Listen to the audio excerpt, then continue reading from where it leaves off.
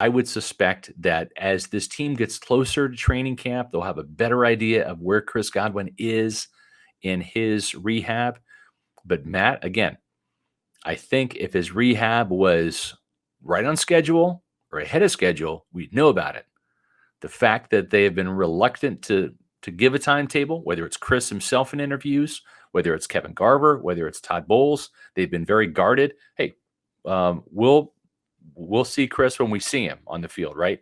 Yep, that's been the motto. That's been the mantra. That's been the mantra. And so I do think that again, Jason Licht has got all these different balls that are rolling around the table, and the wide receiver ball is one of them. And if Chris Godwin is not able to go, yeah, it's going to help from a depth chart standpoint for one of these younger receivers, one of these other guys we've talked about.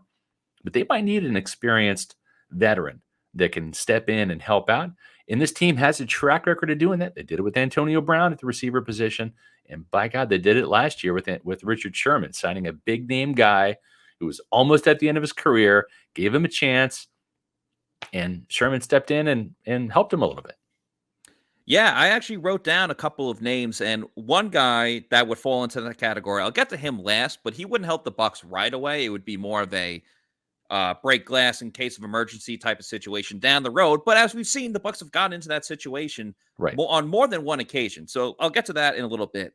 But I have three other players listed on here. The first was Will Fuller, who, as some people know, he played for the Texans for a long time. Yep. Last year, he signed with the Miami Dolphins. Only played in 2 games, though. He gets hurt all the time, too.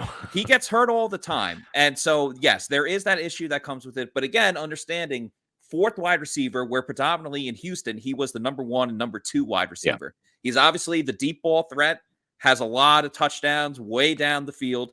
But Scott, one thing that really jumped out to me, and again, he broke his thumb last year, only played in 2 games, so you can pretty much throw that one out the window. But in 2020, let's remember, DeAndre Hopkins left and went to, he got traded to the Arizona Cardinals. So Fuller was the de facto top target. He played in 11 games and was suspended for the final 6 games. It was actually the last 5 games of the year, and then he got suspended for the first game of this season. So for the most part, he was healthy. He only missed time because of the suspensions, but he had 53 receptions for a career best 879 yards, 8 touchdowns, and a long touchdown of 77. Again, the deep ball threat that we all like.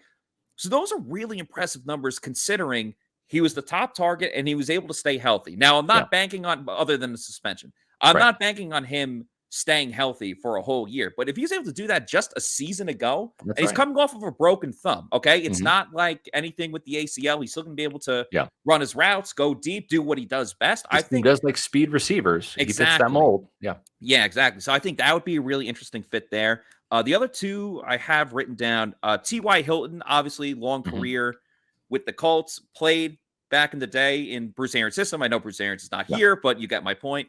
Some familiarity with the scheme. Familiarity. Again, starting to get towards the tail end of his career. I believe he's had a neck injury too. That was only played in 10 games this year, 23 receptions, 331 yards, and 3 touchdowns. Year before, though, again, 2020, over 50 receptions, 762 receiving yards, which would, if the Bucs had that in their offense with everyone that they have, like that's a pretty good number. So maybe he has a bounce back year in a different role.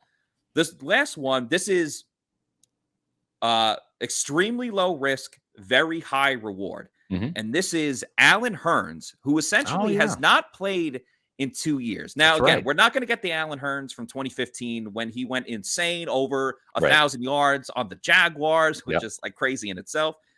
He opted out of the 2020 season because he didn't want to play in the COVID year, and then had a season-ending injury in 2021. So we're talking about a guy that hasn't really played in 2 years. But with that said, he's 6'3", so he's got that size that the Bucs really like.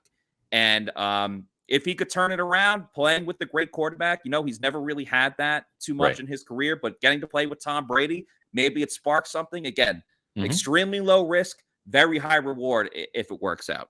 And the last receiver I had on this list, and polarizing name, everyone knows him.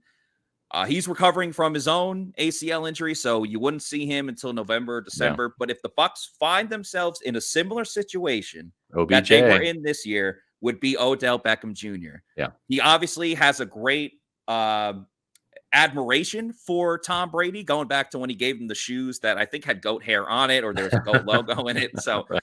he loves Tom Brady. I'm sure he'd welcome the opportunity to play with Tom. Mhm. And if he comes to the Bucs, he would be in a situation. Obviously, you got to get the chemistry going and everything, but he'd be in a Yeah. situation where he'd have to contribute and be a number 1, 2, or 3 receiver in Right. this type of scenario. So I could see it way down the road. I'm sure other teams will be looking for him too. Mhm. But just something to think about in November, December, if the Bucs are in that type Yeah. of scenario. I think whoever comes, due to the financial hierarchy of Mike Evans, Chris Godwin, and the Russell Gage contracts, is really going to have to accept kind of that, hey, you want a ring and you want to play with Tom, right? Yeah. And we can throw you a couple million and you can be receiver 3, maybe 4. We throw the ball a lot. This is a wide receiver driven offense. Some of our guys are going to get hurt. Godwin might even play at the beginning of the season. So you're still going to get plenty of opportunity to play. And if you're courting Julio Jones, of course, the message is that hamstring is really going to get tight up there in Lambeau Field, right? It's just the cold weather with the hamstring is not going to be good, Julio. You're going to want to play with your guy, Russell Gage, down here and play with Tom Brady rather than against him, because we know how that works out. It doesn't work out very well.